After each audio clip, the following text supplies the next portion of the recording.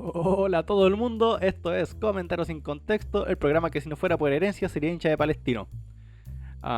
Es el final de la trilogía más esperada por todos los fanáticos de este podcast. Bueno, la única trilogía que hemos llevado a cabo en realidad, pero no deja de ser verdad. Hace ya casi 2 años que vengo hablando de este tema con mi amigo Rafa, con el filósofo del programa. Básicamente el único que de verdad estudia filosofía del programa, a diferencia del resto que somos filósofos al peo.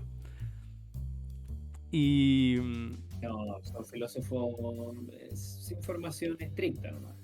gracias, gracias. Nos hace sentir mejor. Y bueno, ya llegó el punto en que estamos apuntando a otros horizontes, con muchas ganas de abordar otros temas, pero bueno, hay que finalizar los ciclos para que empiecen otros. Así que diría que este vendría a ser el último o penúltimo capítulo dedicado a la filosofía de la Tierra. Esto es Filosofía de la Tierra parte 3. Como pueden notar, no estoy solo. Estoy con mi amigo, hermano de pensamiento. Ay, me dio la tos. Eh, Rafa, ¿cómo estás? Bien, tú, ¿qué tal? ¿Cómo estás? Bien acá, bien acá. ¿Qué tal la vida? ¿Qué tal los proyectos? ¿Qué tal tus ambiciones? ¿Qué tal estar aquí de vuelta en el programa? Bien, bueno, muy feliz de volver a este último capítulo sobre la Tierra. Esperemos que sea el último. Yo también espero que sea el último. O sea, la investigación sigue y se sigue desarrollando, pero yo creo que ya 3 capítulos sobre el tema es suficiente. Voy a cerrar con algunas cosas interesantes que he estado descubriendo últimamente. Hace poco tiempo descubrí algunas cosas bien interesantes y se las voy a presentar y con eso yo creo que ya estamos listos. Y bueno, le contaba aquí grabando desde Francia en este momento, desde la ciudad de Tours. Eh, Llegué hace 2 días y me voy a quedar una buena cantidad de meses acá Bueno, investigando. ¿por qué llegaste allá? ¿En qué contexto? ¿Qué te envió para allá? ¿O cómo te enviaste para allá? ¿O por qué te enviaste para allá? Hay un profesor bien connotado aquí en Tours que trabaja filosofía contemporánea y Mm. bueno, los temas que a mí me interesan y entre contacto y todo se dio la posibilidad de, me mandaron una carta de invitación y tramité la visa y todo ese rollo y las becas y todo eso y de repente ni me había dado cuenta y ya estaba arriba del avión. Todo pasó muy, muy rápido.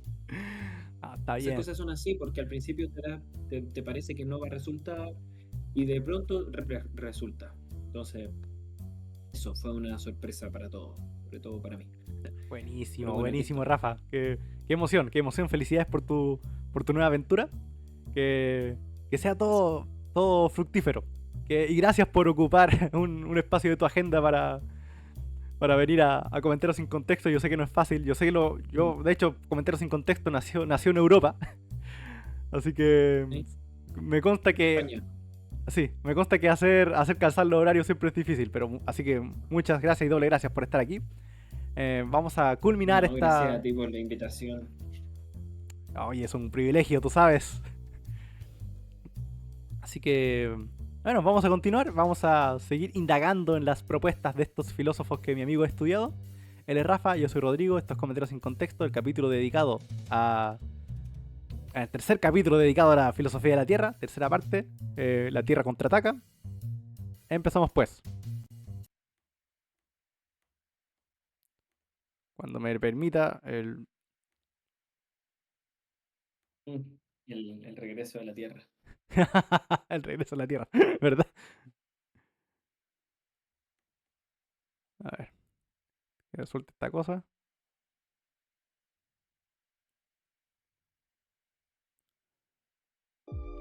Ahí estamos.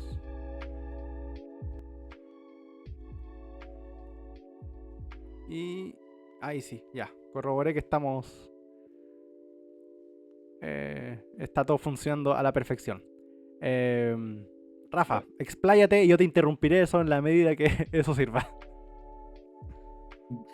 bueno, habíamos visto al principio, bueno, ¿Mm? en el primer capítulo habíamos visto que se podía identificar y rastrear un vínculo tanto lingüístico como mitológico entre el ser humano y la Tierra. El ser humano viene de la Tierra tierra genera al ser humano, el ser humano se alimenta de la tierra, y por lo tanto nos habíamos preguntado si acaso existía realmente una relación genética, por así decirlo, entre el ser humano y la tierra, entre la antropología y la ecología. Entonces, rastreando esta idea, nos propusimos la cuestión de cuál sería el sentido originario de la Tierra y en qué relación este sentido originario influiría o no influiría en la condición humana. Muchísimos autores, bueno, todos, digamos, de la tradición fenomenológica, y citando a Husserl, que sería el primero, uno de los primeros en hablar sobre este tema, habían sostenido que efectivamente la Tierra es condición de posibilidad de muchas cosas que le atañen al ser humano. Habíamos conversado que, por ejemplo, una de ellas es que la inamovilidad de la Tierra o la estaticidad de la Tierra permite dar cuenta del movimiento de los objetos.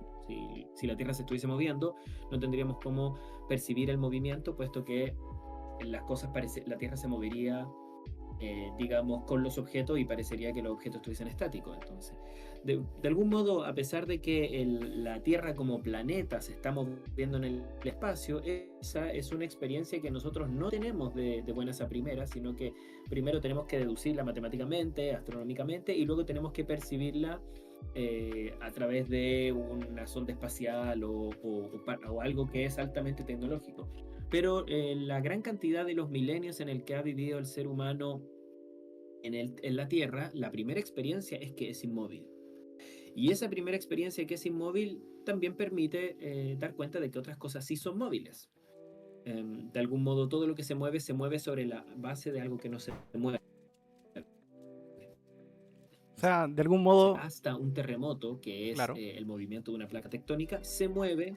Sí, sí, sí. Sí, sí, perdón por interrumpirte. Yo te iba a decir que encuentro súper interesante que finalmente esta idea de que los objetos se mueven, que es real, tuvo que haberse construido bajo una idea que no es estrictamente o estricta empíricamente, hablando en términos positivistas, Ujú. certera, porque la certeza es que la Tierra sí se mueve, pero si hubiésemos tenido esa certeza en un principio, quizás el ordenamiento del conocimiento, la base del conocimiento habría sido otra. Claro, y además la pregunta es, ¿cómo podríamos haber dado cuenta de algo así toda vez que no teníamos las capacidades científicas, tecnológicas para poder salir de la Tierra y decir, Mm. oye, sí se mueve? O obviamente entendemos que la Tierra se mueve puesto que podemos hacer mediciones matemáticas astronómicas. Sin embargo, eso no nos da la experiencia de que se mueva, nos da Los datos. la idea, la hipótesis de que se mueve, da datos que generan una hipótesis en la base de una teoría, que es que la Tierra se mueve, pero no nos da la experiencia de que se mueve. Yo nunca he experimentado el movimiento de la Tierra, excepto quizá en un terremoto, pero en el terremoto entiendo que la Tierra se mueve porque debería estar fija. Entonces se mueve sobre la base de algo que está fijo. Pero la verdad es que yo nunca he experimentado el movimiento de la Tierra, solamente he experimentado lo contrario, ¿no? La estaticidad de la Tierra y el movimiento de algún objeto en el que estoy, por ejemplo, del avión en el que me subo, del auto en el que me subo, del tren en el que me subo, y la Tierra se mantiene quieta. Entonces, la idea más que nada era sostener que si la Tierra se movía, entonces la forma de percibir el movimiento del ser humano y de todos los animales variaría radicalmente. Pero la Tierra no solamente es eso, sino que también la Tierra es el lugar originario en el que se posa mi cuerpo. Pensemos que la percepción es siempre una percepción corporal. Yo miro con mis ojos están en mi cabeza está sobre mi cuello sobre mi torso, y mi torso sobre mis piernas, y mis piernas sobre mis pies, y mis pies sobre la tierra. Por lo tanto, la tierra en su lugar, por así decirlo, acomoda al cuerpo, al sujeto, como al ser humano como corporalidad humana en un espacio. Y por lo tanto, digámoslo así, la corporalidad humana, el cuerpo humano y la tierra aparecen juntas, vienen juntas. No puede haber un cuerpo sin una tierra que lo sostiene, y no puede haber una tierra sin que esté sosteniendo un cuerpo, algo que esté sosteniendo, digamos.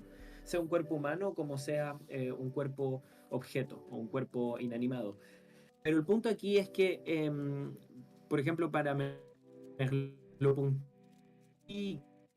lea Husserl, y para Fink también, que lea Husserl, la Tierra efectivamente es el punto originario de la vida, digamos.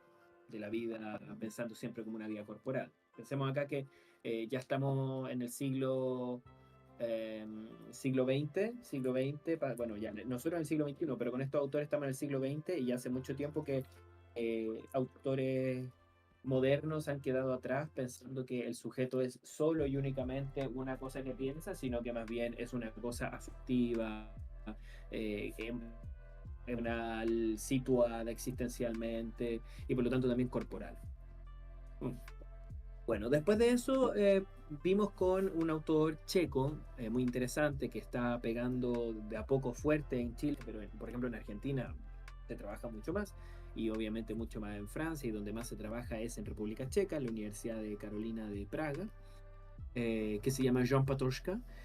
Vimos con Jan Patočka que la Tierra no solamente tiene que ver únicamente con la posición del sujeto, sino que también tiene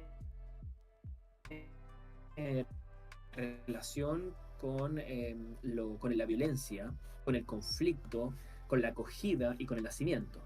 Y esto es porque la Tierra también alimenta, genera nutrientes, genera alimentos que pueden entrar en conflicto con los otros seres humanos. Así, por ejemplo, cuando alguien nace, se le enseña a vivir de la tierra. No quiere decir que, por ejemplo, a mí se me enseñó, no sé, agricultura, qué sé yo, pero sí se me enseña, por ejemplo, sí se me enseñó que ciertos alimentos salen de ciertos árboles, entonces se toman del árbol, o bueno, se toman del supermercado, pero que vienen, digamos, Claro. son originados desde la tierra, que hay que tener un cuidado con la tierra. Entonces, en cierto modo, la tierra es una forma, una especie de madre, ¿no? Mater, telus mater, decían los romanos, ¿no? La madre tierra, o la madre, claro, la madre tierra, ¿no? Pero el problema de eso es que, obviamente, la relación con la tierra también genera conflictos, puesto que los alimentos son objeto de conflicto también. Existen guerras por los alimentos, existe guerra por los nutrientes o por los recursos, ¿no? Por ejemplo, en cuestiones de minería, los recursos son fundamentales. Pensemos, no sé, el caso del litio, que es tan actual hoy en día en Chile y en todo el mundo. ¿Cuánto conflicto puede haber por el litio? Entonces, siguiendo con Patočka elabora 3 movimientos de la existencia humana. Está el primer movimiento, que es el más instintivo, que tiene que ver con la acogida dentro de una comunidad, a propósito, digamos, de la relación entre la madre y el hijo, pero también es la acogida de una comunidad a un sujeto nuevo, se parece mucho a Hannah Arendt, un sujeto nuevo, y es ahí en donde la tierra acoge. Pero también la tierra es, según Patočka, es la señora de la vida y la muerte, porque la tierra también, digámoslo de esta manera, pone las pautas de nuestra vida y de nuestra subsistencia. Por ejemplo, los terremotos nos pueden matar, los aludes también nos pueden sepultar, pero también, no sé, qué sé yo, la sequía. La sequía genera hambruna, y por lo tanto, en realidad dependemos de la tierra de tal modo que la vida en la tierra también es una vida conflictiva, tanto sea con la tierra misma como los seres humanos a partir de las lógicas de la tierra, que son las lógicas de la escasez finalmente. ¿Sí? Todo el tema es el peligro de la escasez. Y frente a las lógicas de la escasez y los conflictos entre los seres humanos, Patočka propone un tercer movimiento de la existencia. El segundo movimiento sería el del conflicto, y un tercer movimiento de la existencia nos muestra que lo que hay que hacer es escapar de las lógicas de la tierra, de las lógicas de la escasez y del conflicto, para tener encuentros interhumanos auténticos, ¿no? Que el autor lo ve a partir de experiencias políticas, de resistencia política. Resistencia política frente, por ejemplo, al conflicto por los bienes. No me quiero quedar mucho más en eso porque me parece que sería profundizar mucho más en un autor que no vamos a ver, solo estoy resumiendo lo que hemos visto las veces pasadas. Y en la segunda sesión analizamos la obra de Martin Heidegger. Es una obra muy extensa, de hecho yo lo que expuse en la segunda sesión fue un pequeño pincelazo de todo lo que se podría hablar sobre la obra de Heidegger y sobre el tema de la tierra en Heidegger, porque es muy influenciado por Hölderlin, y muchos textos, aparecen también muchos textos que yo todavía no he leído, por ejemplo los cuadernos negros, los Beiträge y todas esas cosas. Pero vimos en Heidegger que una forma de encuentro con la Tierra, tenía que ver con esta Tierra que presenta, pero en el momento de presentarse se oculta, que se resiste a transformarse en un objeto de las lógicas de la técnica, a ser pesado, a ser mensurado, que el llamado del Heidegger, del último Heidegger, digamos, o del Heidegger tardío, es el de recuperar esa tierra frente a una especie de urbanización que al autor alemán le parece que desliga al ser humano de su encuentro con la tierra madre, con la tierra que lo vio nacer, es decir, con el hogar, con la patria, con lo que él llama el Heimat en alemán. Sin embargo, lo que quiero ver en esta tercera y última sesión, espero que sea la última, es cuál sería el peligro quizás de pensar la tierra siempre como una tierra Heimat, como una tierra patria, como una tierra propia a la que yo pertenezco. Porque, claro, el peligro de eso tiene que ver con que si bien yo puedo ser autóctono, es decir, que pertenezco a mi propia tierra en griego, autóctono, entonces el otro, las otras personas, los demás, que no son autóctonos, serían extranjeros y por lo tanto no tendrían la misma condición que yo con respecto a esa tierra. Y este peligro lo ve el autor, mi autor de cabecera, que se llama Emmanuel Levinas, que justamente lo vivió en carne propia, puesto que él estuvo 5 años en un campo de concentración por ser judío, ¿no? Y también por haber trabajado como traductor en el ejército francés. Y por lo tanto, Emmanuel Levinas, toda su reflexión y su pensamiento la piensa justamente a partir de la violencia, del peligro latente, constantemente latente del fascismo y del nacionalsocialismo. Y justamente el nacionalsocialismo tiene una forma de ver, una clave, digamos, de distinguir a los seres humanos en autóctonos y extranjeros, en quién pertenece y quién no pertenece, pongámoslo en este caso, a la patria alemana.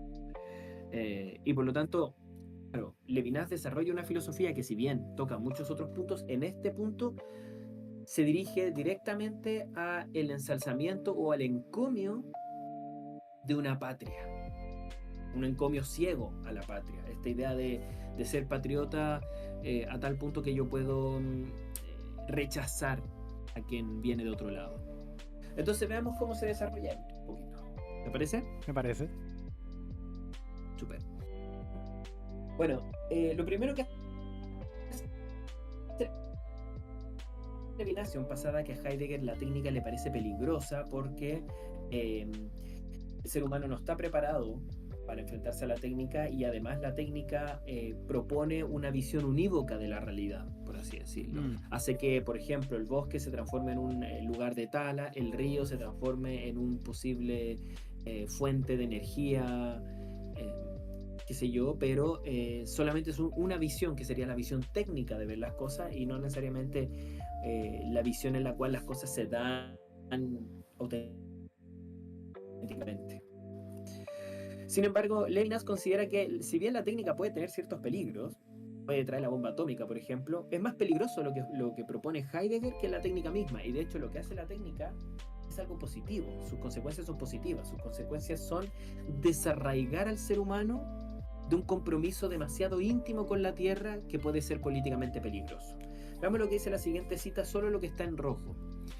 Levinas dice: olvidan o detestan las grandes esperanzas de nuestra época en la que como nunca antes la fe, la liberación de los hombres irrumpe con fuerza en las almas. Entonces, quiere decir que esta idea filosófica heideggeriana, ¿no?, que dice que la técnica es peligrosa, olvida las grandes esperanzas de nuestra época, es decir, de después de la guerra, las grandes esperanzas que pueden venir después de la Segunda Guerra Mundial, pensando que este texto se escribió, si no me equivoco, en 1961, o sea, ya había pasado un par de décadas de la Segunda, bueno, quizá una década y media o algo así de la Segunda Guerra Mundial.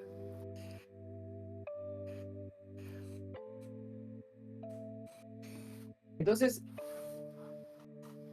¿cuál es el punto? ¿Qué es lo que genera la técnica para Levinas, a diferencia de Heidegger? La técnica dice, radica en cambio en el estremecimiento de las civilizaciones sedentarias, en el desmoronamiento de las pesadas cargas del pasado, en el palidecer de los colores locales. Aquí yo pienso en los colores locales, las banderas, los escudos, todos esos colores, digamos, que identifican a gente como parte de una tierra, ¿no?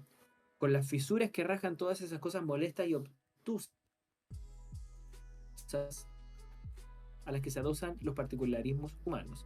Hay que ser subdesarrollado, dice Levinas, pensando en Heidegger, hay que ser subdesarrollado para reivindicarlas como razones de ser, perdón, y luchar en su nombre por un lugar en el mundo moderno. El desarrollo de la técnica no es la causa, es ya el efecto de ese aligeramiento de la sustancia humana que se vacía de su pesadez nocturna. Esta última oración puede ser un poco complicada, pero mientras Heidegger decía, la técnica lo que está haciendo es dañar al ser humano porque el ser humano se está desarraigando de su origen, Levinas dice no, al revés, el desarraigo del ser humano de su origen permite el desarrollo técnico, y lo que el desarrollo técnico hace es reforzar este desarraigo, que si bien para algunos les puede parecer peligroso, para Levinas le parece positivo, porque justamente él considera que el arraigo extremo, es el que ha llevado al mundo europeo a las posturas radicales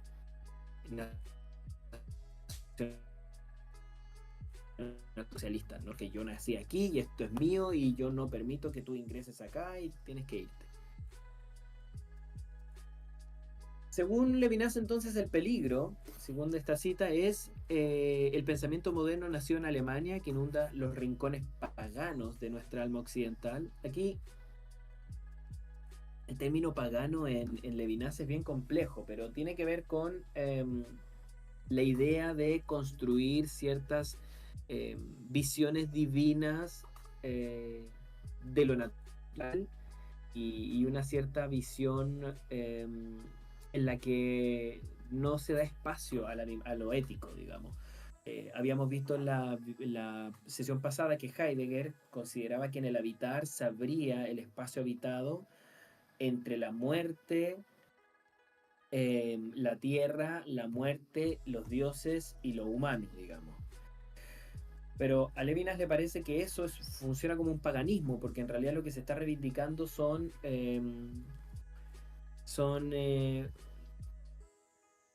digámoslo así, fuerzas, ¿cómo decirlo? Fuerzas un poco del imaginario popular, de cierta zona. En cierta manera es pagano, puesto que genera imaginarios del habitar de ciertos lugares específicos. Sigamos un poco más. Dice, pienso en Heidegger y en los heideggerianos. Estos quisieran que el hombre recupere el mundo. No conocerían más que la materia erigida frente a ellos, objetada de algún modo su libertad, no conocerían más que objetos. O sea, el peligro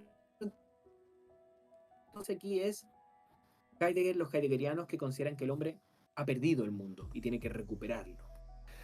La crítica de Levinas consiste en que interpreta el ser humano heideggeriano más comprometido con la naturaleza que las mismas plantas. Por así decirlo, Levinas pensará al ser humano heideggeriano como una planta, es decir, que tiene que estar necesariamente enraizada en el mundo, puesto que si no, se pierde. El ser humano, en esta búsqueda de humanidad en su relación con la Tierra, con el misterio de la Tierra a la que pertenece, peligra en caer en la violencia. Y vamos a ver qué es esta violencia, ¿no?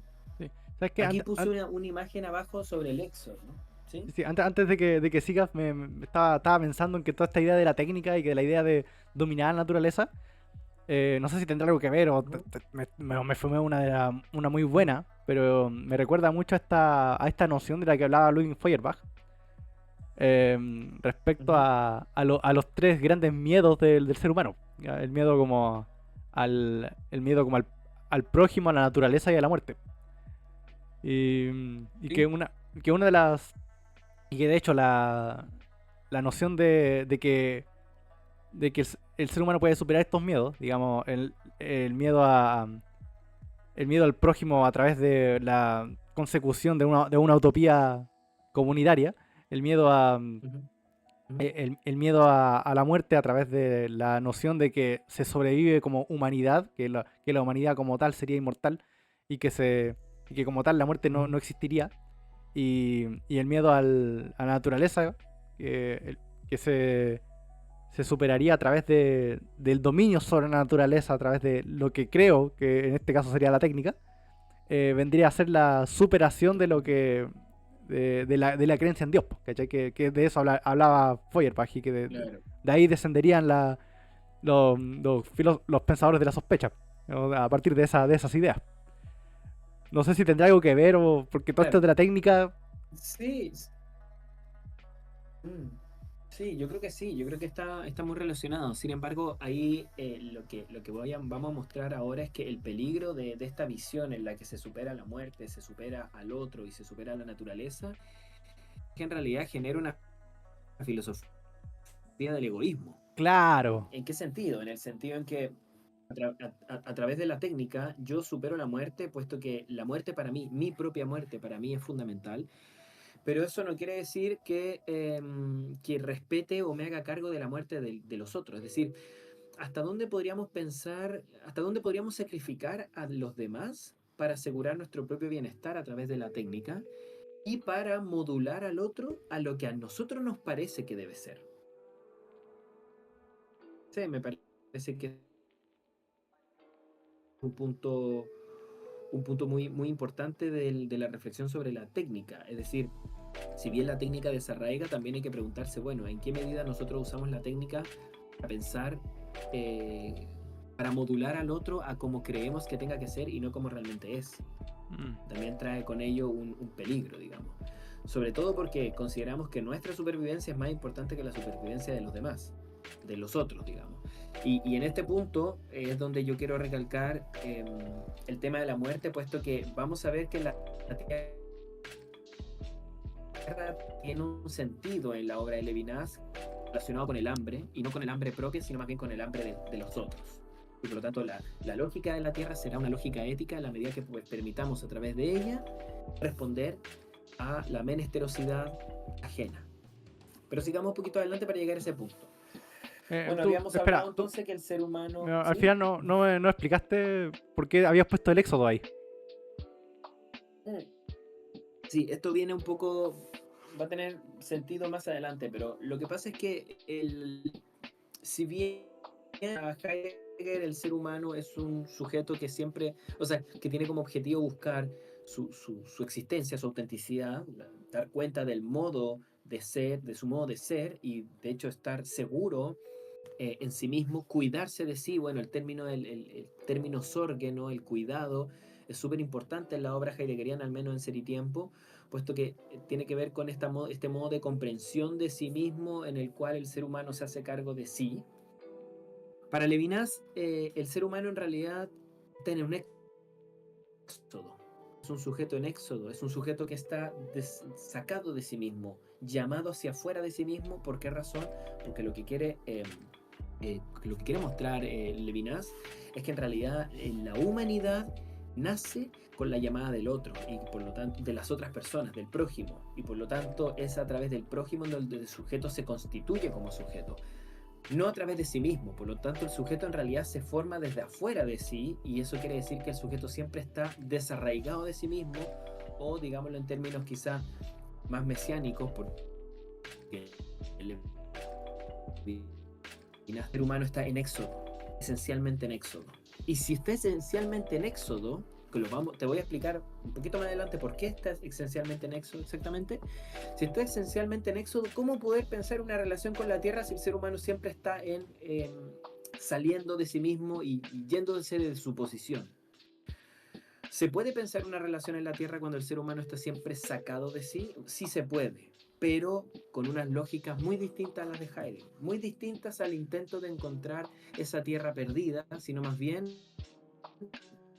aquí lo vamos a ver, donar esa tierra solicitada. Eso es lo que quiero llegar eh, hoy día, digamos, en esta sesión. Vamos a ver cómo se da esto. Bueno, aquí Levinas un poco en el texto El lugar y la utopía está criticando esta idea del arraigo, las virtudes del arraigo, del hombre, las virtudes guerreras, y hace referencia al hombre planta y la humanidad bosque como el sujeto heideggeriano, digamos que muy viril, muy seguro de sí, se enraiza en la tierra como si fuese una planta. Pero ¿cuál es el peligro finalmente?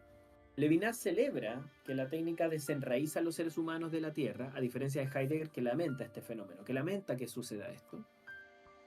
¿Pero por qué? Aquí Levinas dice que la implantación en un paisaje, el arraigo al lugar, este es el tema del lugar, del punto en donde yo me paro, sin el cual el universo se volvería insignificante y apenas existiría, la separación misma entre autóctonos y extranjeros. Es decir, arraigarse un lugar, meter las raíces en una tierra específica, configura el espacio, el que me pertenece, versus aquellos que no pertenecen a este espacio. Separa el mundo entre autóctonos y extranjeros. De esta perspectiva, la técnica es menos peligrosa que los genios del lugar, es decir, que Heidegger y el heideggerianismo. Pensémoslo de la siguiente manera. Una cultura que se arraiga en un espacio y que pone sus fronteras, las fronteras de su cultura, de su país, de lo que sea, separa quienes pertenecen de este lugar a quienes no pertenecen. El problema de un arraigo demasiado estricto, de una cultura, de una nación demasiado cerrada, que tiene demasiado, que pone demasiado en valor su propio arraigo, su propia autoctonía, digamos, trae consigo consecuencias con respecto a temas como la migración, por ejemplo. La migración, la xenofobia, la tolerancia, la multiculturalidad o la falta de multiculturalidad. Por lo tanto, esta separación tan estricta entre autóctonos y extranjeros a Levinas le parece peligrosa. Parece sumamente peligrosa, puesto que los demás, los otros, que para Levinas es lo más importante en su obra, los otros quedan en una situación de peligro.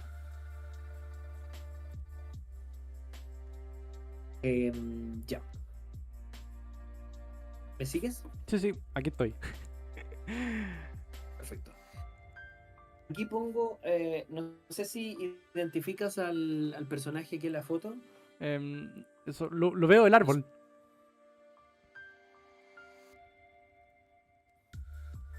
Oh, ¿Perdón? no, veo el árbol. Cuando ahí dice el peligro finalmente. Y el cuadro que dice por qué y a la derecha un árbol. No ves, a ver, espera. ¿Y ahora? Avísame si cambia. El peligro finalmente, ya, hay una persona ahí que... ahí veo una persona. No la reconozco así tinta hacia primera. Diría que es Cantinflas en bigote. Bueno, eso es un soviético, de hecho. Miércoles. Fue muy, muy popular en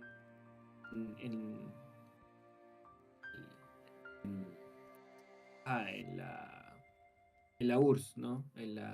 Durante la existencia de la Unión Soviética. En la URSS, en la Rusia soviética. Claro. Él es Yuri Gagarin. Yuri Gagarin era un cosmonauta ruso en la Guerra Fría, digamos, en esta carrera aeroespacial, que fue la primera persona en salir del planeta Tierra. Dicen que hubo otras personas que lograron salir antes, que también eran rusos, cosmonautas rusos, pero que murieron en el regreso. Pero Yuri Gagarin fue el primero que estuvo como 100 y tantos minutos fuera del planeta y que logró regresar al planeta. Y el texto de Levinas que estoy citando se llama Heidegger, Gagarin y nosotros, porque justamente utiliza la figura de Yuri Gagarin para mostrar que existe seres humanos que después de ser ciertas piruetas técnicas han podido dejar el espacio habitable y se han externado a un espacio que no pertenece a nadie y que no es posible de que le pertenezca a alguien, que es, digámoslo así, un espacio matemático, podríamos pensarlo así, el espacio exterior como simplemente ciertos puntos de referencia, si es que los hay, pero que en realidad no es posible de habitar y por lo tanto a nadie le pertenece. En el espacio no hay autóctonos ni extranjeros. Lo que quiere decir Levinas es que Gagarin, cuando salió esos 100 y tantos minutos al espacio exterior, se salió del planeta Tierra, no era perteneciente, perdón, no estaba en un espacio que le perteneciera a él o le perteneciera a alguien más, sino que era completamente neutro. Aquí tengo dos términos en griego, no sé si los puedes ver, que son topos y chora. Dos términos griegos. Topos generalmente hace referencia a a un lugar habitable, ¿no? Una topología, un topos tiene que ver con un punto en el espacio. Y Khora en griego generalmente se utiliza para distancia, para un espacio mensurable, pero que en realidad no tiene que ver con algo que se puede habitar, sino más bien es como cuál es la distancia de aquí a allá. Lo interesante aquí es que Levinas dice, bueno, Gagarin se externó a un espacio sin arriba, sin abajo, un espacio sin dueño y sin soberanía. Por lo tanto, mientras pensemos que Heidegger lo que hace es encomiar el topos, o sea, busca el topos, busca la topología humana, es decir, dónde se instala, dónde pertenece, dónde se arraiga, Levinas lo que hace, al menos en este texto, es pensar el Khora, es decir, el espacio puro, por así decirlo, sin pertenencias, a través de la figura de Gagarin. Dice, por una hora un hombre ha existido fuera de todo horizonte, todo era cielo alrededor suyo, o más exactamente todo era espacio geométrico, era Khora, ¿no? Un hombre existió en lo absoluto del espacio homogéneo. Esta idea de Gagarin, de que sale Gagarin al espacio, a Levinas le permite pensar entonces no sé, una reflexión que se aparte de la idea de la pertenencia al espacio, por lo tanto la idea del enraizamiento. Finalmente, la crítica que enarbola Levinas tiene que ver con una crítica a las filosofías del lugar. El lugar distingue entre autóctonos y extranjeros, y la técnica libera del lugar, permite dejar esta antigua distinción atrás, la distinción entre autóctonos y extranjeros. Nos desarraiga de eso y, digámoslo así, nos lleva a una visión en la cual nadie pertenece a nada necesariamente, y a Levinas eso no le parece malo, le parece que hay una ganancia. Pero entonces, si la técnica nos ha desarraigado de la Tierra, ¿en qué clave tendríamos que pensar la Tierra ahora? ¿Cabe pensar la Tierra entonces? ¿Cabe una nueva clave para pensar la Tierra? Yo considero que sí. Y en la obra de Levinas me parece que se puede rastrear, o al menos se puede extraer de Levinas una posible teoría que no es contradictoria y que no entra en conflicto con la obra levinasiana en general. Y que esto es la Tierra como una tierra dada, tierra regalada a los demás. Claro. Una tierra regalada, una tierra donada, claro. Aquí tenemos un árbol que es muy típico de la zona la zona ahí ¿cómo se llama? La media luna, ¿cómo se llama? Media luna fértil, norte de Anatolia, ¿no? Medio Oriente, que es un árbol de tamarindo o tamarisco. Yo sé también que en Perú hay tamarindo y en México también hay tamarindo. No sé si en Chile hay tamarindo, yo nunca he probado el tamarindo. No sé si tú lo has probado, Rodri. No, creo que no. No, bueno, creo que hay jugos de tamarindo. Me han dicho que en Perú se toma jugo de tamarindo. Bueno, esto es un árbol de tamarindo. Y este árbol, curiosamente, es uno de los pocos árboles que aparecen en la Biblia como específico. Es un árbol de X cosa. En hebreo es Eshel. El término es Eshel. Y aquí lo tenemos. Génesis 21:33. Dice, traducido obviamente, Abraham plantó un Eshel, un tamarindo, en Beersheba. Perdón, ahí debería ser e invocó allí el nombre de Yahvé, Dios eterno. Levinas recupera este fragmento bíblico para mostrar cuál es el sentido de explicar por qué Abraham plantó un tamarindo en Beersheba. Porque sabemos que Beersheba es un territorio que Abraham lo compró para su tumba, y la tumba... La tumba de Sara, claro. La de Sara. Entonces, pero la pregunta es, bueno, ¿por qué es tan importante decir que él plantó un árbol de tamarindo? O tamarisco, ¿no? En Beersheba. ¿Y por qué no simplemente plantó cosas, plantó un árbol o hizo otra cosa? Cualquier otra cosa se podría haber descrito, pero ¿por qué un tamarindo? Levinas considera que la palabra tamarindo, Eshel, es un acrónimo que está formado de la primera letra de 3 palabras. Es decir, la Aleph eh, es la primera letra de otra palabra y la Met sería la primera letra de la tercera palabra y así. ¿Qué es? Tamarindo, es Shell, está formado por Agila, que significa alimento, Shtia, que significa bebida, y Lina, que significa refugio, pero desgraciadamente todavía no logro encontrar ese término en el hebreo bíblico. O sea, está, pero no logro encontrarlo como escrito Ya. en hebreo masorético, pero Lina sería refugio. Es decir, lo que Levinas quiere decir es que en realidad tamarindo es una forma, un acrónimo para referirse a alimento, bebida y refugio. Lo que hace Abraham al plantar en Beersheba e invocar a Dios es poner en la tierra alimento, bebida y refugio, que según Levinas son 3 cosas necesarias para el hombre y que el hombre ofrece al hombre. En otras palabras, la tierra aquí cobra el sentido de un medio para servir a los otros, para saciar el hambre de los demás. Por lo tanto, el tamarindo aquí es que en realidad lo que está diciendo el texto bíblico, según la interpretación, en realidad ni siquiera es la interpretación de Levinas. Levinas está citando aquí el Talmud. El Talmud, déjame acordarme qué parte del Talmud es. Creo que es el 5b, pero no me acuerdo de qué cosa. Bueno, es que el Talmud es una cosa gigantesca. Sí. Es... Bueno, no me acuerdo ni qué Talmud es, ni en qué capítulo es, pero por ahí tengo la referencia. Pero él está citando de que Abraham haya plantado un árbol de tamarindo en la tierra de Beersheba, es que en realidad le está poniendo la tierra en juego en la relación con los seres humanos, puesto que hace referencia a 3 cosas que uno provee, proporciona a los demás. Por lo tanto, lo que Levinas está pensando, no, esto lo voy a saltar, el tema de la utopía, qué sé yo, vamos al tiro al texto secularización secularización y hambre.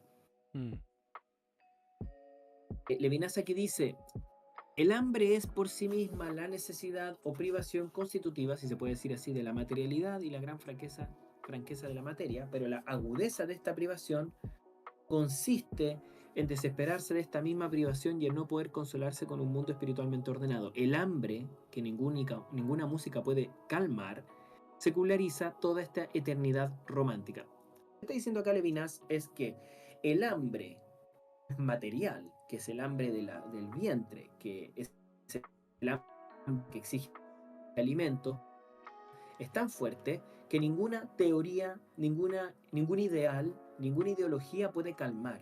Es decir, es primero y es más perentorio saciar el hambre que, por ejemplo, generar una visión de mundo que no se haga cargo de los problemas materiales, de la necesidad material de subsistencia. Dice más abajo en rojo, es un recomienzo incesante del hambre luchando contra la misma superficie pétrea, la cabeza pegada a la pared, pero así como apelando a algún reverso de la nada. De algún modo, Levinas da la imagen de que frente al hambre no hay nada que decir. Frente al hambre, lo único que habla es el hambre. Es decir, si hay alguien con hambre, con un hambre insaciable, simplemente nada más tiene sentido, nada más importa. Si el hambre es algo tan fuerte, es algo tan a lo que no nos podemos resistir, entonces la tierra, que en realidad es alimento, comida y refugio para dársela a los demás, tendría que venir a responder a esta hambre. Pero vamos a ver que esta hambre no es necesariamente el hambre de cada uno de nosotros, sino que es el hambre de a quien tenemos al lado. Y que por lo tanto la tierra tendría un sentido de ser donada al otro para saciar el hambre del otro.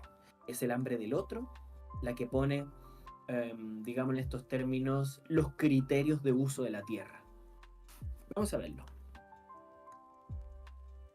Bueno, aquí hay una referencia a otro texto que se llama Don Quijote, el embrujo y el hambre, que está en un libro llamado Dios, la muerte y el tiempo, en donde, bueno, recupera un poco lo mismo porque Levinas, también lector del Quijote, hace referencia a un capítulo en el Quijote donde este personaje está como encantado, pero que él dice que a pesar de estar encantado, eso no evitaría que fuese sordo al malestar de sus semejantes, a la indigencia de los demás.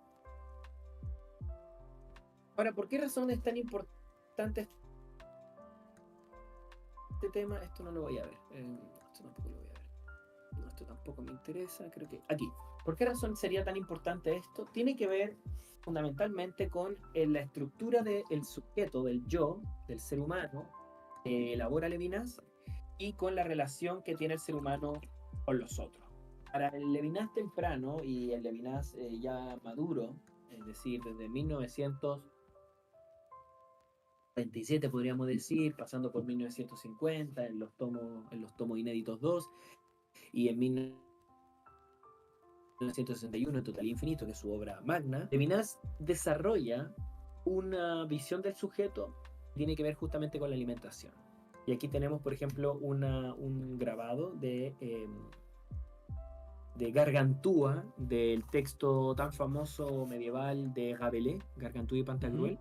Gargantúa es un orco, Claro. orco es como un ogro gigante que nace y nace comiendo y defecando, eso es todo lo que hace. Y de alguna manera es una figura de el hambre insaciable y de la nutrición monstruosa, que lo tiene que alimentar con platos gigantescos y lo único que hace es comer. Lo interesante aquí es que la figura de Gargantúa en la obra aquí nos permite pensar un poco cómo piensa Levinas al ser humano que todavía no se ha abierto al encuentro con los demás. Al ser humano que todavía no ha sido abierto al encuentro con los otros seres humanos, con los demás, con el otro, es uno que solamente vive el mundo a través de la satisfacción de su hambre y de su necesidad. Y que en realidad es un sujeto satisfecho porque el mundo está dado a él como alimentos dirigidos a su boca.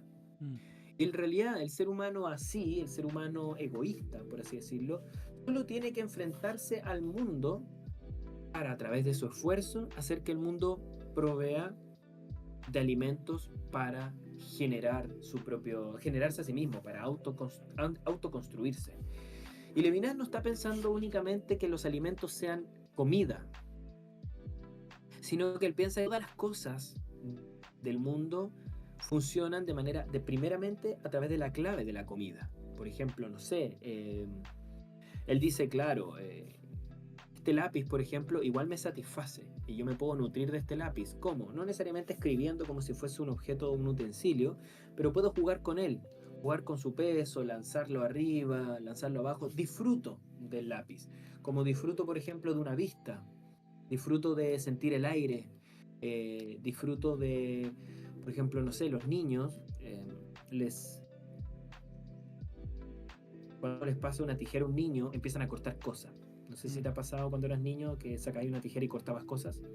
Claro. Y eso no quiere decir que el niño está cortando cosas por algún objetivo, digamos, voy a cortar esto porque necesito hacerlo más pequeño, sino que corta casi por el disfrute muy infantil, pero muy, muy, muy genuino, de cortar. Disfruta cortar por cortar. No hay un objetivo en cortar algo, pero lo disfruta. O por ejemplo, no sé, cuando uno está aburrido y empieza a rayar, no es como que está haciendo un dibujo. Simplemente disfruta del hecho de poder rayar. En ese sentido, para Levinas, si todos los objetos del mundo son objetos de disfrute, todos los objetos del mundo funcionan como alimentos de algún modo. Nos lo apropiamos, los engullimos para satisfacernos. De hecho, él hasta dice, yo disfruto del trabajo no necesariamente porque me paguen, sino que disfruto de él porque me nutre. Pero y aquí hay una clave interesante, porque uno podría decir, bueno, ¿y qué pasa con la persona que no le gusta su trabajo? Es que Levinas nunca está pensando en el disfrute en un sentido positivo. No, el disfrute no es lo mismo que lo bueno, no es lo mismo que el gusto. El disfrute lo está pensando aquí en un sentido de apropiación. Él dice, disfrutamos de las cosas buenas y de las cosas malas, porque tanto de las buenas como de las malas nos alimentamos. Mm. Podemos disfrutar de algo negativo, sí, efectivamente. No en el sentido como, ay, qué rico, me pasó algo malo, sino más bien en el sentido de que esto malo, yo, aunque no me guste, yo igual me nutro de eso, igual yo lo absorbo, yo lo llevo hacia mí mismo. Eh, en el sentido de que todas las cosas existen en tanto que dirigidas a alguien, ¿no? Todo lo que hay en el mundo, si hay un sujeto en el mundo, todo lo que lo rodea, es posible de que él haga algo con eso, de que el ser humano haga algo con eso. Mm. Sea tanto bueno como malo, sea tanto beneficioso como maligno para él, pero puede hacer algo con eso. Bueno, habiendo dicho eso, entonces, solamente el último punto que dice, se piensa un mundo de disfrute, vivimos de cosas, no son herramientas para nuestros fines, sino que vivimos de ellas, vivimos de las cosas del mundo, sea tanto bueno como mala, sea tanto placentera como dolorosas.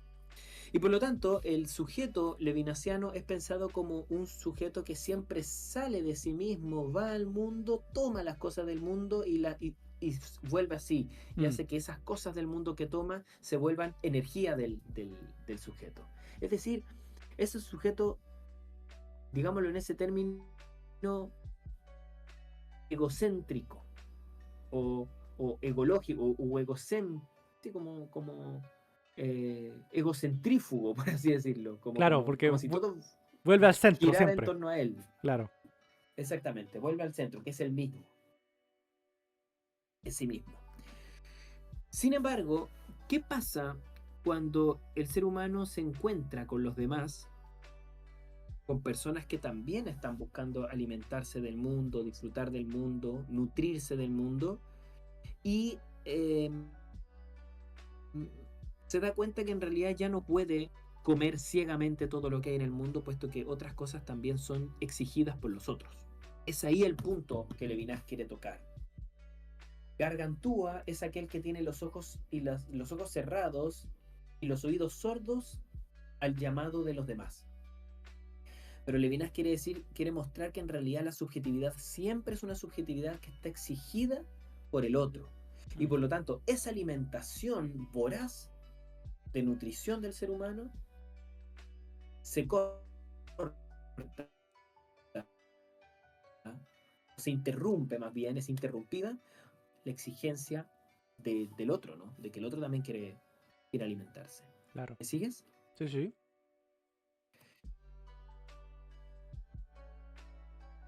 Vamos a ver cómo funciona esta cuestión en Levinas. El otro en Levinas es una figura gigantesca, digámoslo así. Toda su filosofía tiene que ver con el otro. Él es conocido como el filósofo de la alteridad, el filósofo del otro, el filósofo de pensar al otro y la relación con el otro o la no relación con el otro y cómo se da esta relación.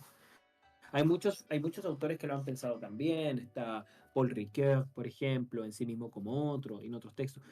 Michel Henry también tiene una cosa, pero quizá un poco no tan acabada sobre el tema del otro. Hay mucho, bueno, los franceses empezaron a trabajar mucho la cuestión del otro justamente a partir de la Segunda Guerra Mundial y también a partir fuertemente de la filosofía levinas. También hay un autor judío que trabaja la cuestión del otro en un libro que se llama Yo y tú, Ich und Du, que se llama Martin Buber, judío, pero creo que era judío alemán. Bueno, pero la cosa es que Levinas es considerado como uno de los grandes filósofos del otro.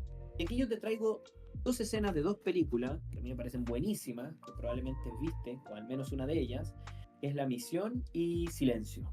No sé si viste alguna o No. las dos. No lo he hecho. Ninguna de las dos. Ok. Bueno, ambas películas tratan sobre misioneros. Misioneros que viajan a evangelizar a otros países, a lugares completamente distintos, donde hay una alteridad absoluta, donde la cultura, todo es diferente.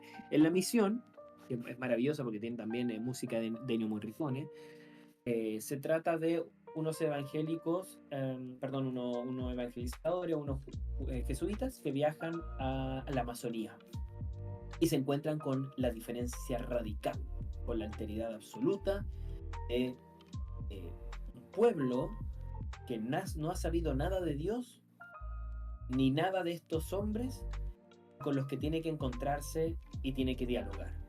Y Silencio es exactamente la misma idea, solamente que sucede en Japón. En un Japón que está recién abriendo las puertas a los portugueses y por lo tanto a la evangelización, pero que en realidad la clase alta japonesa no acepta el cristianismo y por lo tanto asesina a los misioneros. Entonces, en ambos casos se trata de dos fenómenos. Uno, el encuentro de dos culturas que son radicalmente opuestas y por lo tanto radicalmente distintas y otras, pero también es el momento, marca el momento histórico en donde Occidente, Europa, se dio cuenta que ellos también podían ser otros para otras culturas, de que ellos también podían ser diferentes para otras culturas. Entonces, Levinas quiere pensar que el encuentro con el otro, para que sea un encuentro verdaderamente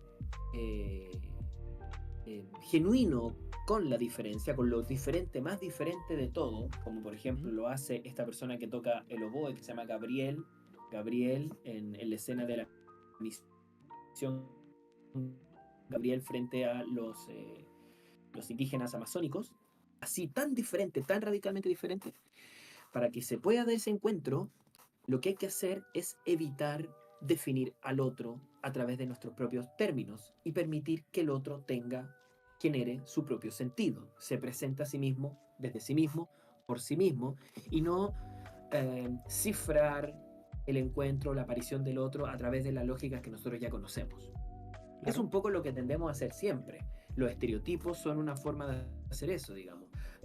Encontramos a alguien que no entendemos, pero sí, bueno, me parece que quizá esta persona se llame de esta manera, coma de esta manera, a partir de lo que nosotros sabemos, pero en realidad no le estamos dando el espacio entonces al otro para presentarse a sí mismo como es. Entonces, para Levinas el otro, de alguna manera es un punto vacío en el que ninguna de nuestras categorías, preconcepciones, estereotipos, opiniones o lo que sea, caben. Para que sea un otro, para que siga siendo un otro, radicalmente otro, tiene que resistirse a todo proceso cognitivo que nosotros podamos imponer sobre él, a todo ejercicio, intento de explicarlo, de describirlo. De alguna manera, y aquí te pongo una estatua del escultor Sasha Sosno, el otro es una especie de agujero negro, digámoslo así,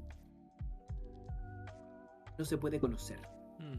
Que si lo conozco, lo voy a conocer a través de mis lógicas. Y si lo conozco a través de mi lógica, lo voy a reducir a lo que yo conozco, a lo que yo sé. Y si lo reduzco a lo que yo sé, ya no es otro, ya no es diferente, sino que es similar. ¿Cómo es que se da el otro? Según Levinas, el otro se da dando él su sentido. Él entrega su propio sentido. Él dice la primera palabra que abre el diálogo. Por esa razón, Levinas dice que el otro es infinito, porque lo infinito es aquello que yo no puedo nunca alcanzar con mi pensamiento. No puede pensar el infinito. Se puede pensar lo finito. No sé, tengo 3 números. Pero nunca se puede pensar el infinito, porque el infinito se nos escapa. El infinito es aquello que yo nunca puedo lograr. Por ejemplo, esta noción la saca de Descartes. Descartes, en las meditaciones metafísicas, él sostenía que él sabía que existía Dios porque él tenía la idea de infinito, pero la idea de infinito no puede ser creada por una mente finita como la suya. Por lo tanto, algo infinito tuvo que haber puesto esa idea en él, y por lo tanto ese infinito tenía que ser Dios, que es el único infinito que puede crear una idea infinita, y por lo tanto Dios existe y puso la idea de Dios en su cabeza. ¿Por qué dice esto Descartes? Bueno, porque la idea de infinito no cabe dentro de una mente finita. En este mismo modo, Levinas quiere mostrar que si el otro es infinito, no cabe ser atrapado por el pensamiento, sino que estalla el pensamiento, lo hace romper romperse.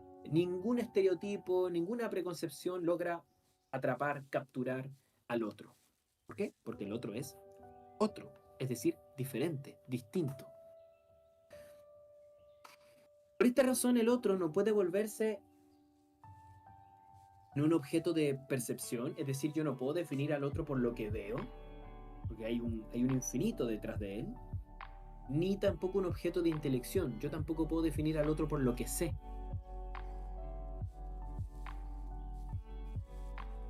Me puedo equivocar, porque mi conocimiento es limitado. Es decir, y aquí suena un poco más poético, pero según las lógicas de Levinas, el otro se nos aparece resistiéndose a nuestros poderes, resistiéndose al poder de capturarlo con el pensamiento. El otro, en ese sentido, no es comprensión, no se comprende. Pensemos que del latín comprender es capturar, atrapar por completo. Se puede capturar al otro. Entonces, ¿qué es lo que pasa? Lo que pasa es que el otro se tiene que manifestar a través de sí mismo. Tenemos que dejar que el otro hable por sí mismo. Y Levinas dice, todo otro, lo primero que dice es, no me mates. Pero no es que esté diciendo exactamente no me mates, sino que el sentido de su aparición es no me mates. ¿Pero por qué dice Levinas no me mates? Porque eso suena muy bíblico. Bueno, justamente está inspirado en la Biblia.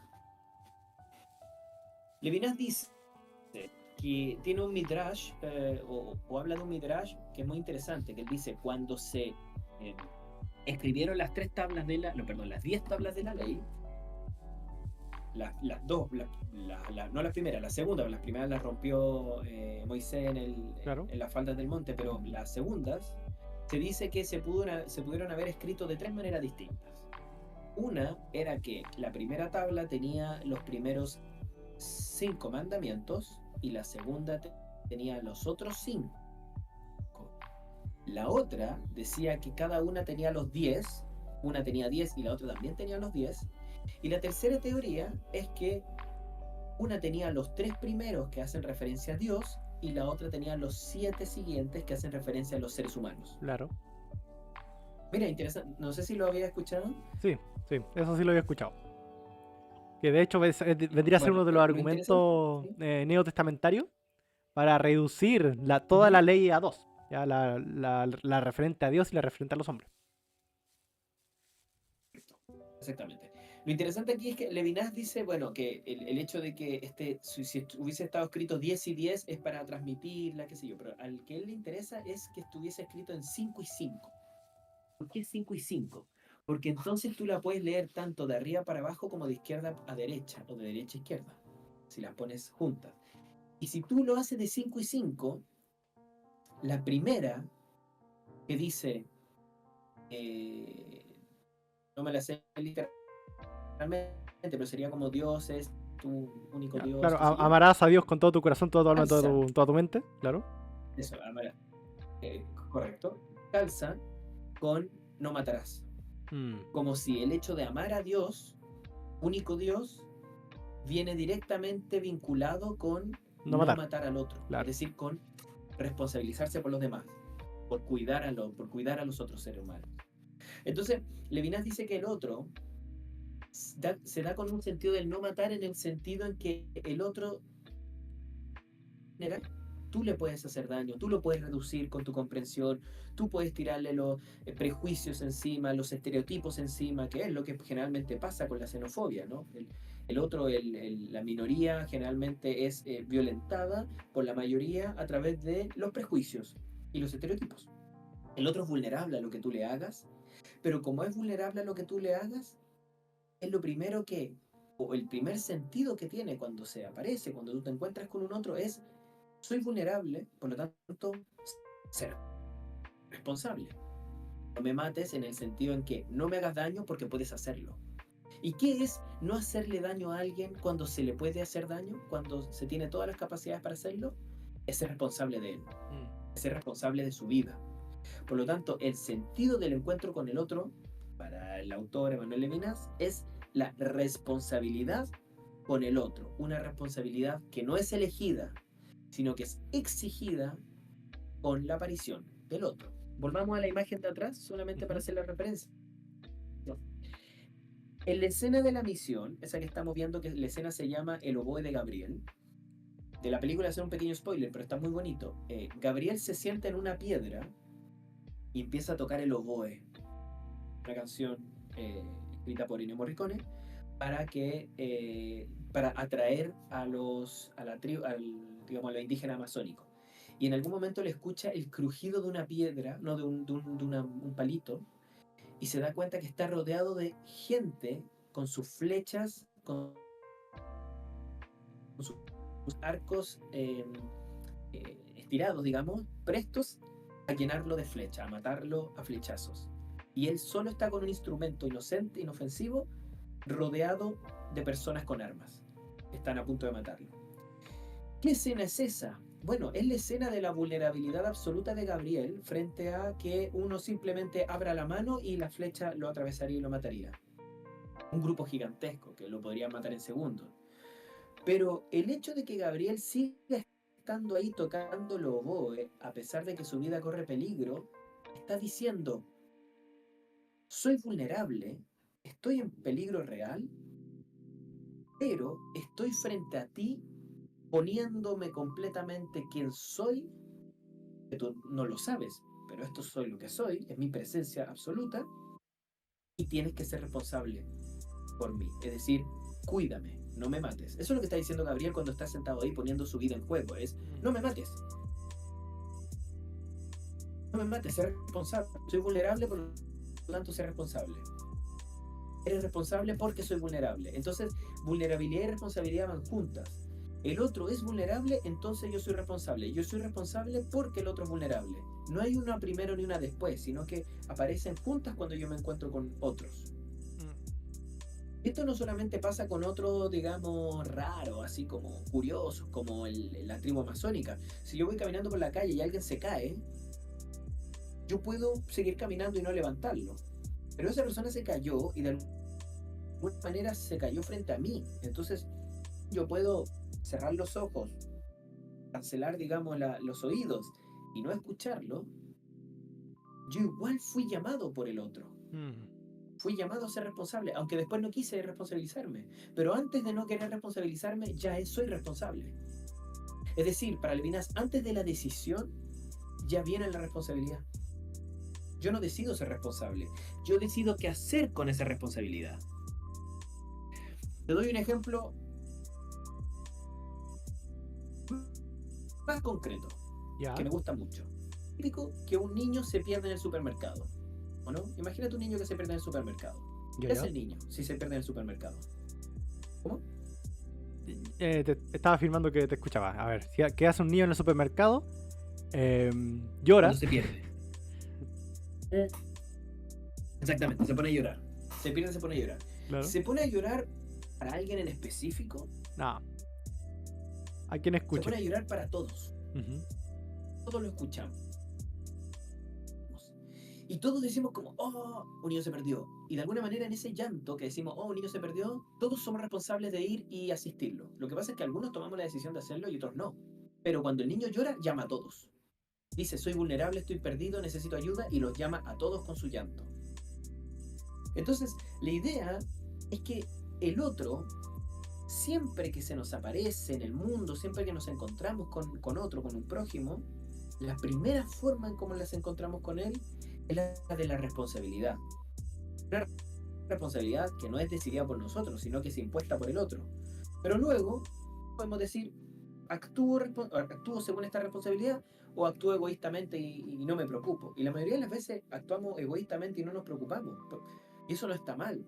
¿Por qué razón? Porque si fuésemos responsables todo el tiempo de todos, prácticamente si salimos a la calle no volvemos a la casa hasta la noche, porque estaríamos ayudando a la persona que lleva las bolsas, la persona que se cayó, la persona que no encuentra no sé qué cosa en el suelo. Estaríamos responsabilizando de absolutamente de todo.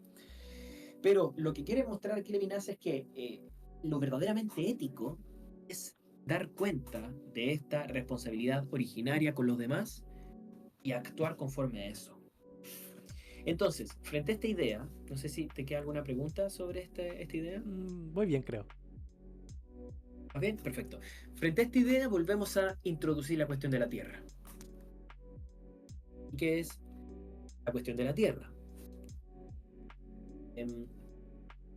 Sucede que una forma en la que Levinas también describe la aparición del otro como la exigencia o la petición de no matarás, de no me dañes, responsabilízate, es saciar el hambre del otro con el alimento de mi propia boca. Eso ya está en un libro que se llama De otro modo que ser, que es una obra muy importante de Levinas. Y Levinas dice, el encuentro con el otro es como sacarse el pan de la boca para dárselo a él. Es decir, la responsabilidad con el otro es tan exigente, es tan fuerte, que en realidad yo tengo que, si quiero seguirla, digamos, tengo que privarme de lo más importante y fundamental para mi subsistencia, para entregárselo al otro para la subsistencia de él. Y eso es el alimento. Por lo tanto, el alimento, ¿y de dónde viene el alimento? De la tierra, en realidad está siendo constantemente llamado para saciar el hambre o la boca del otro. Y como nosotros también somos hambre, nosotros como lo vimos aquí en la figura de Pantagruel, nosotros también vivimos del hambre, y de hecho lo dice más arriba Levinas, aquí en Secularización y Hambre, ¿te acuerdas? Sí, sí. Como nosotros somos hambre también, como nosotros también nos alimentamos del mundo, somos perceptivos del hambre del otro. Podemos dar cuenta, podemos, digamos, sentir el hambre del otro. Dice Levinas, por ejemplo, en Don Quijote, el embrujo y el hambre. Él dice, el hecho de que el ser humano pueda sentir hambre lo hace muy, no quiero decir empático, porque esto no es una filosofía de la empatía, pero lo hace como muy perceptivo, muy sensible al hambre ajena. Por lo tanto, si el hambre ajena me llama y me dice, cuídame, responsabilízate de mí, entonces lo que me está diciendo en mi lectura es, dame el alimento que genera esa tierra, dame el pan de tu boca. Por lo tanto, la tierra estaría llamada a alimentar al otro. Y ahí es donde la tierra toma, a mi modo de ver, un sentido ético. Y esa sería la tercera pata de todo esto. El sentido ético de la tierra es alimentar el hambre del otro.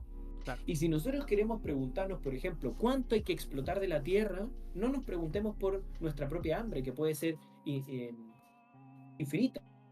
Preguntémonos por cuánta pobreza o cuánta hambruna hay entonces.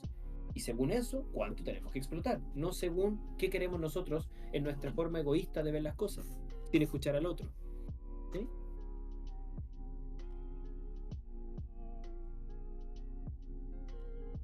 ¿Rodri? Sí, sí. Creo que te entiendo. Porque cuando Perfecto. ves las necesidades del otro, la vara es más medible. Cuando ves el deseo propio, es más infinito.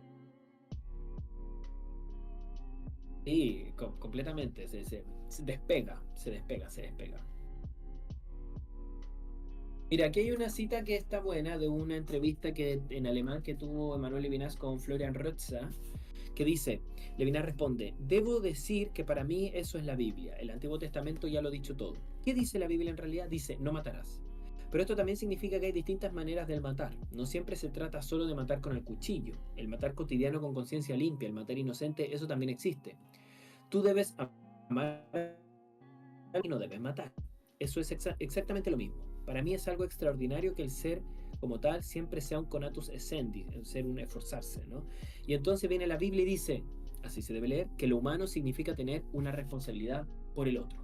Lo humano más humano significa ser responsable por el otro. Aquí hay un relato de una antropóloga que se llama Mead, no me acuerdo su nombre, Margaret Mead, que dice lo siguiente. Un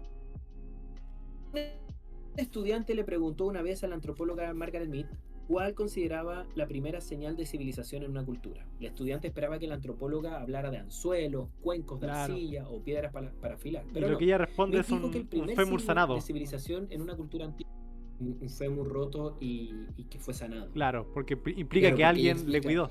o sea, alguien cuidó, alguien se responsabilizó. Sí, Según Smith, siguiendo mucho esta visión muy levinasiana, lo más propio de lo humano es la responsabilidad para con el otro. Más que la técnica, más que la ciencia, más que nada, más que todo eso, es ser responsable de otro. Ahora bien,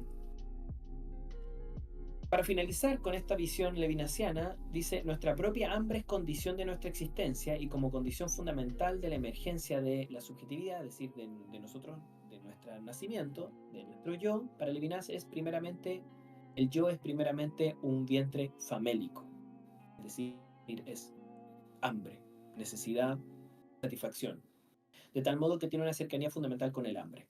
Esta relación con el hambre nos relaciona con el hambre del otro, puesto que sus carencias de alguna manera nos recuerdan a nuestras propias carencias, o como dice el autor, cito aquí a Levinas, en el conatus essendi el hambre es asombrosamente sensible al hambre del otro.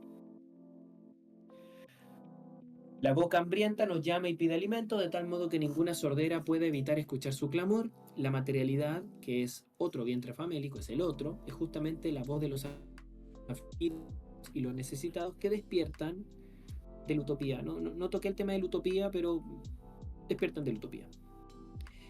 Y por lo tanto, la Tierra, para Levinas, sería, en conclusión, una Tierra llamada por el otro en la medida que genera alimentos y por lo tanto una Tierra como medio para la responsabilidad.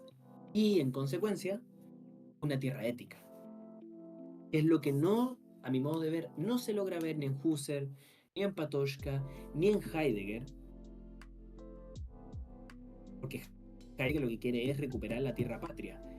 Dice, no, la tierra hay que entregársela, hay que donarla, porque la tierra está llamada por el otro y por lo tanto es el sentido ético de la tierra, que sería la tercera parte, ¿no? Habíamos visto un sentido existencial, otro sentido más político y ahora un sentido ético. Frente a la pregunta de cuál es la relación esencial entre el ser humano y la tierra, habiendo visto que las lenguas y las mitologías vinculan al ser humano con la tierra, encontramos tres visiones originarias.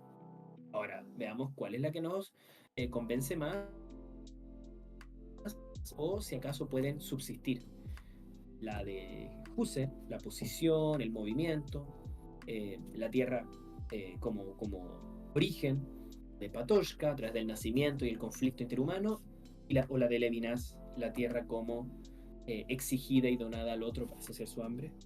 Bueno, hasta aquí llega un poco la investigación que realicé, pero últimamente he estado investigando una última cosa que me parece interesante y que si hay tiempo me gustaría compartir contigo. ya. ¿Qué Coméntame, me dices? yo estoy con tiempo. En este instante al menos. Ok, perfecto. Va a ser breve porque está todavía en work in progress, ¿no? Pero Ajá. te cuento, mira. Frente a estas tres visiones que hemos visto a lo largo de estas tres sesiones de podcast, con Heidegger, con Husserl, con Patočka, Heidegger. Ahora son tres Levinas. visiones, son cuatro en realidad, son Heidegger y Levinas, estas cuatro visiones que hemos visto en tres sesiones, cabe una pregunta, y la pregunta es, ¿qué política es posible pensar entonces a partir de aquí? ¿O qué horizonte, al menos qué horizonte, no qué política, pero qué horizonte político se puede pensar a partir de la tierra, el uso de la tierra, las exigencias de la tierra, si somos más husserlianos, si somos más heideggerianos, más patochianos, más levinasianos?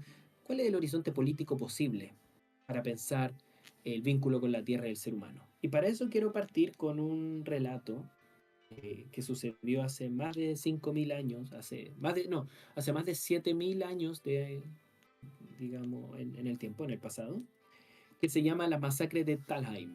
No sé si habías escuchado alguna vez de la masacre de Jamás. Talheim. No, bueno, te cuento.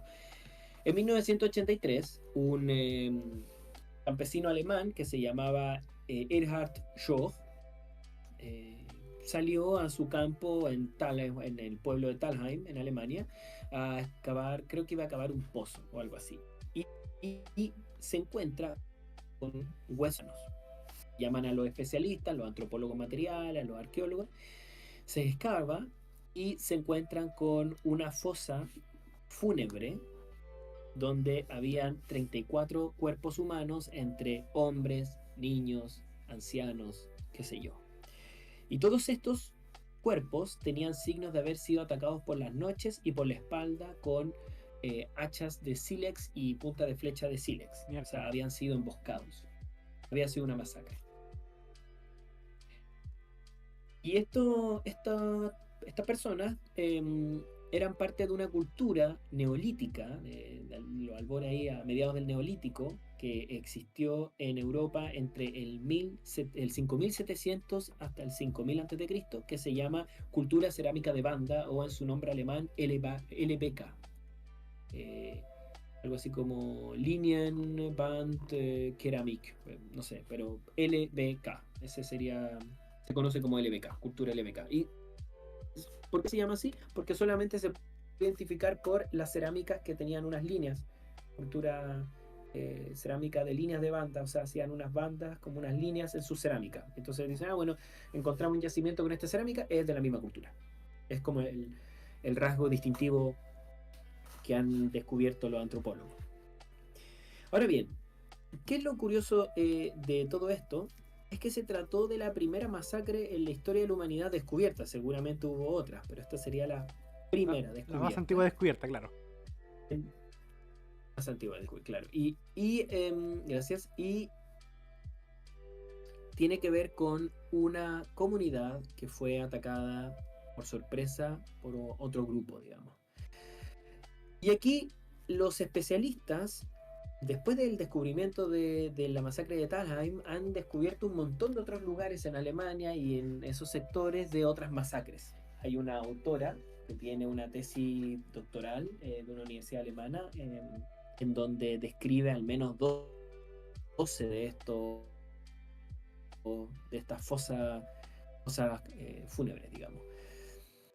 Con distintas descripciones, pero la mayoría son muy parecidas, digamos. Un grupo atacó y destruyó otro grupo por la noche, digamos, en sigilo. Ahora, ¿cuál es el punto? El punto que cambia el paradigma, o que cambió el paradigma de la masacre de Talheim, fue la visión que tenían los especialistas, los científicos, con respecto al Neolítico. Efectivamente, en el Paleolítico, donde había casi recolección, se tenía la idea de que era una época súper complicada, porque tenías que moverte para todos lados siendo nómade, tenías que cazar animales gigantescos, siempre estabas en peligro, no tenías un refugio, tenías que recolectar y que muchas veces podía escasear la comida y entonces no había comida que comer. Y que entonces el Neolítico vino a ser como una especie de momento edénico, paradisiaco, en donde el ser humano, a través de la ganadería y de la agricultura, pudo establecerse, pudo hacer más grandes comunidades, había más alimento, tenía una vida más tranquila y por lo tanto también podía defenderse de los depredadores. Sin embargo, en realidad esa visión ha ido cambiando a lo largo de las décadas y ahora se piensa que en realidad el Neolítico fue una época terrible.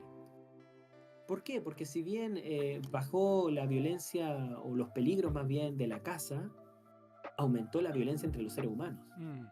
Porque ahora habían seres humanos que iban a quitar tierras a otros. De hecho, hay un autor que es muy conocido, que se llama Harari, que tiene este libro que probablemente mucha gente, al menos en Chile, lo tiene en su biblioteca personal. Se llama De animales a dioses, una breve historia de la humanidad, que es un libro, está bien, digamos, está bueno, es tranquilo, pero aquí Harari tiene en un capítulo tiene una descripción bien interesante. Él dice: los primeros agricultores eran al menos tan violentos como sus antepasados cazadores-recolectores, no más. Los agricultores tenían más posesiones y necesitaban terreno para plantar. La pérdida de tierra de pasto debido a las incursiones de vecinos podía significar la diferencia entre la subsistencia y la hambruna. de manera que había mucho menos margen para el compromiso. Cuando una banda de cazadores-recolectores se veía acosada por un rival más fuerte, por lo general podía marcharse. Era difícil y peligroso, pero era factible. Cuando un enemigo fuerte amenazaba una aldea agrícola, la retirada significaba ceder los campos, las casas y los graneros. En muchos casos, esto condenaba a los refugiados a morirse de hambre. Por lo tanto, los agricultores tendían a quedarse en su tierra y a luchar hasta las últimas consecuencias, según Harari. Harari también dice que el problema de la agricultura es que trajo más desnutrición, puesto que, si bien había más alimento, había menos variedad de alimento. Porque claro, tú en una comunidad pequeña no puedes plantar de todo. O plantas choclo o plantas, qué sé yo, no sé, papas. Pero no puedes plantar choclo y papas. Y si plantas choclo y papas no puedes plantar otra cosa. Entonces finalmente los seres humanos empezaron a comer menos variedad y por lo tanto su alimentación fue empeorando. Su nutrición fue empeorando. Mientras que el cazador-recolector comía lo que encontraba, siempre estaba variando su alimentación, la agricultura y el sedentarismo, eso no era posible. Y por lo tanto hubo también más muerte infantil, más muerte bajo la natalidad, qué sé yo. Y además, mientras las comunidades eran cada vez más grandes, más alimentos se necesitaba y menos alimentos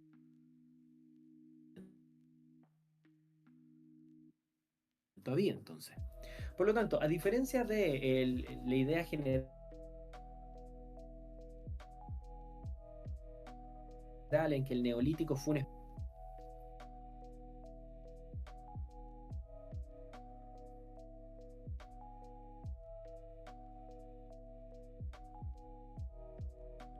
Aló, aló.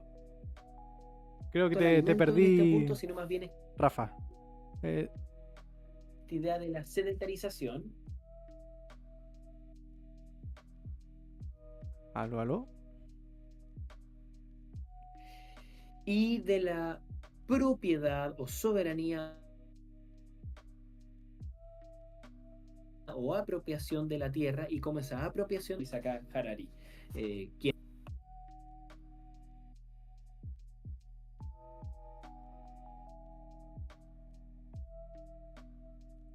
Aló, aló, Rafa, ¿me escuchas? Sí, Ya, sí, te perdí, te perdí por como 30 segundos. ¿En qué parte me perdiste? Cuando retomabas esa idea de que en el Neolítico, Sí. que cuando retomabas esa idea de que que esta idea de que el Neolítico no fue tan bacán finalmente. Claro. Entonces, el punto aquí, lo que a mí me interesa más bien es preguntarme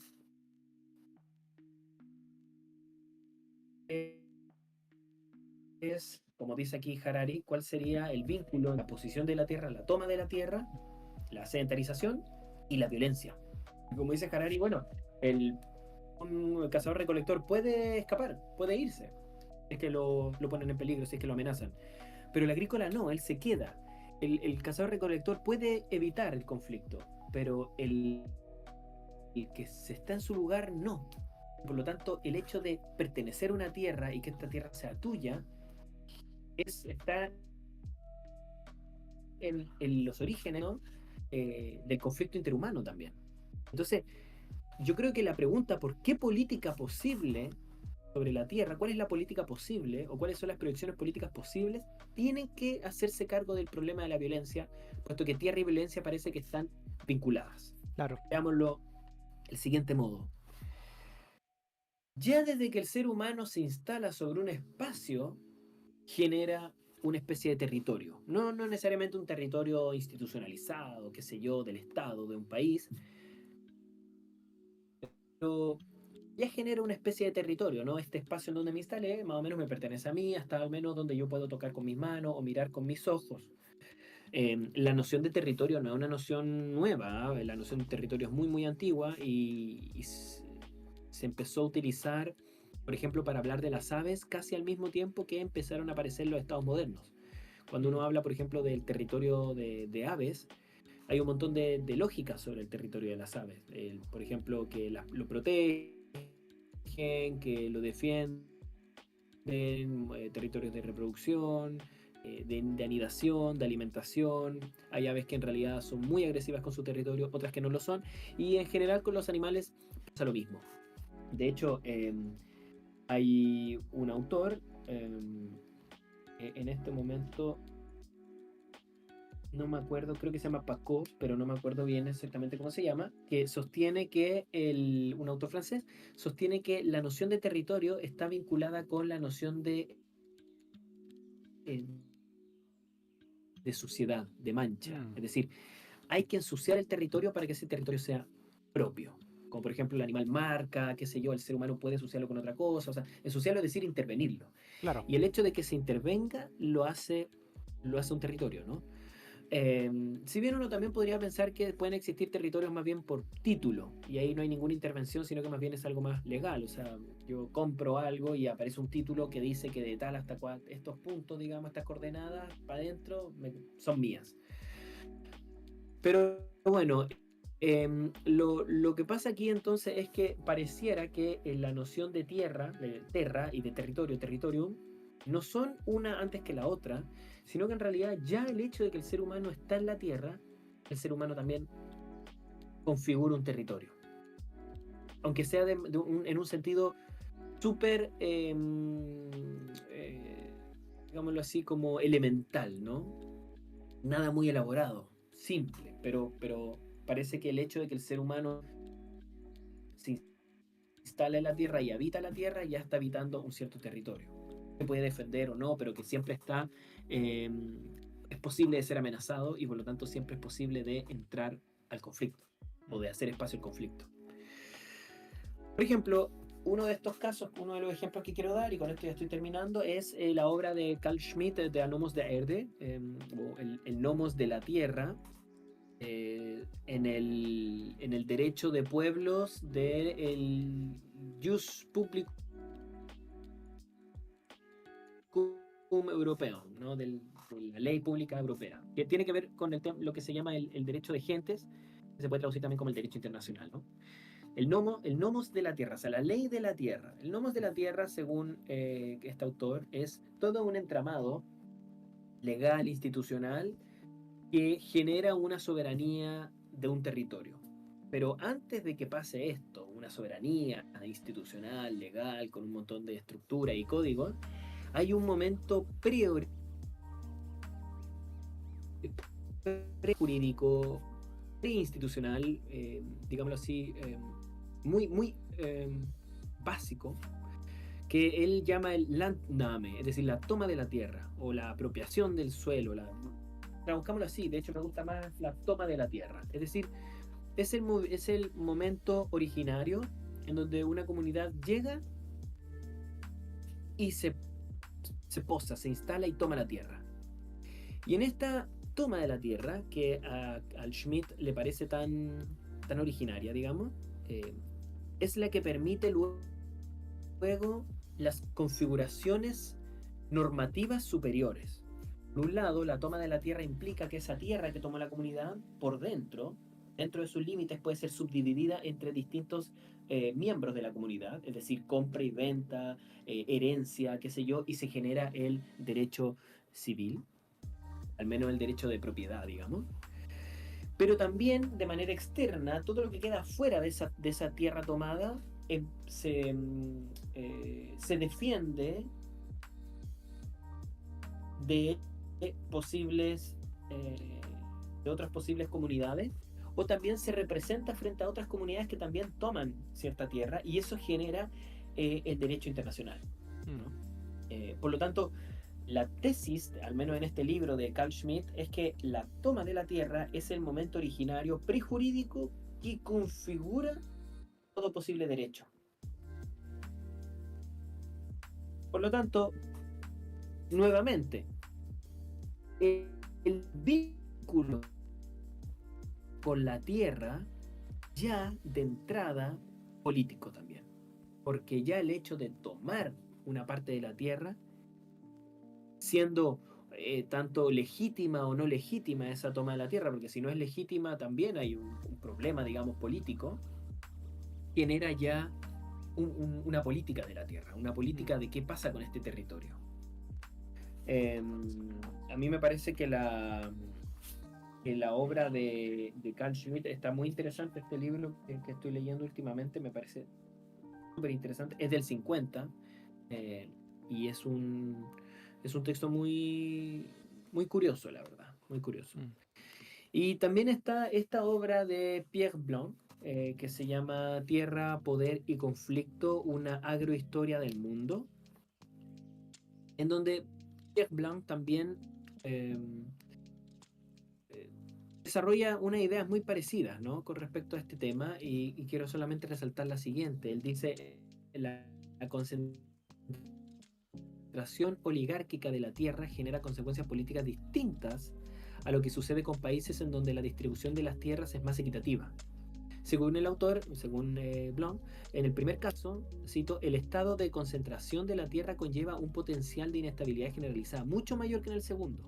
Asimismo, la noción de hambre de tierras o faim de terre influye en el devenir económico político de las naciones, es decir, las estructuras políticas de uso de distribución de la tierra determinan las consecuencias de las naciones que se encuentran en estas tierras.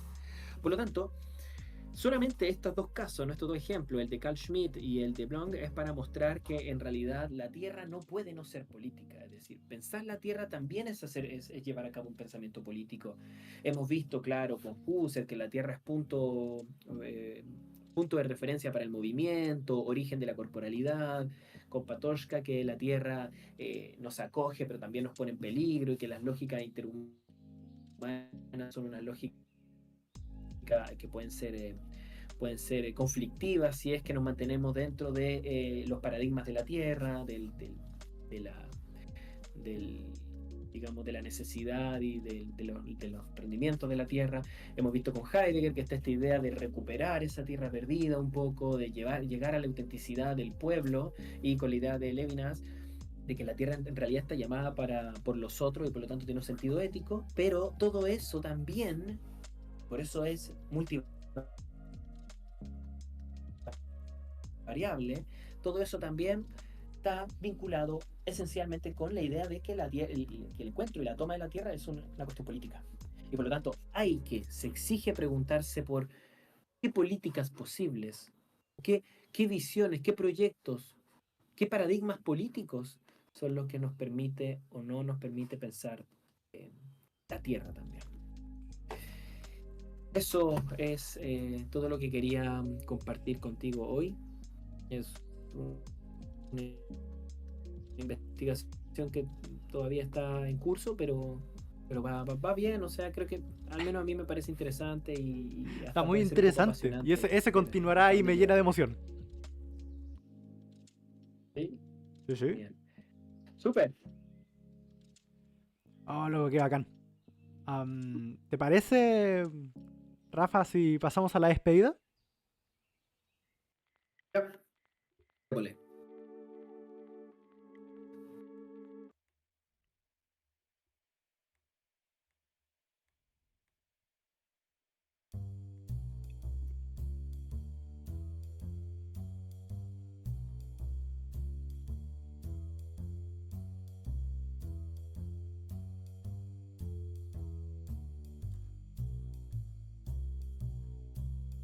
Bien, bien, bien, ya estamos de vuelta.